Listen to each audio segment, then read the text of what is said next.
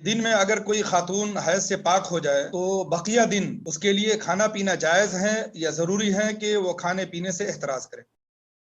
इस मसले में उलमा के दो अक़वाल हैं। बाद लोग ये कहते हैं कि उस पर वाजिब है कि बकिया दिन खाने पीने से रुकी रहे, और दूसरे लोग कहते हैं कि वाजिब नहीं है, वो मुस्तहब है, अगर रुकना चाहती है तो रुक सकती है और अगर नहीं रुकना चाहती है तो नहीं रुक सकती है। ये दो कौल है। क्योंकि ये कौल मौजूद है इसलिए बहुत सारे लोग इसके एतबार से फतवा देते हैं कि उसके लिए रुकना वाजिब है, खाना पीना से रुके रहना वाजिब है, गरचे उसका रोजा खत्म हो गया। अब सवाल ये है कि शरीयत ने उस औरत पर रोजा की कज़ा को वाजिब करार दिया है, रोजे की कज़ा उस पर वाजिब है। और नबी अकरम सल्लल्लाहु अलैहि वसल्लम के ज़माने में जो औरतें थीं उनके साथ भी ये सब मसाइल पैदा होते थे, लेकिन किसी भी हदीस में ऐसा नहीं आया है कि आप सल्लल्लाहु अलैहि वसल्लम ने उनको खाने पीने से मना कर दिया हो।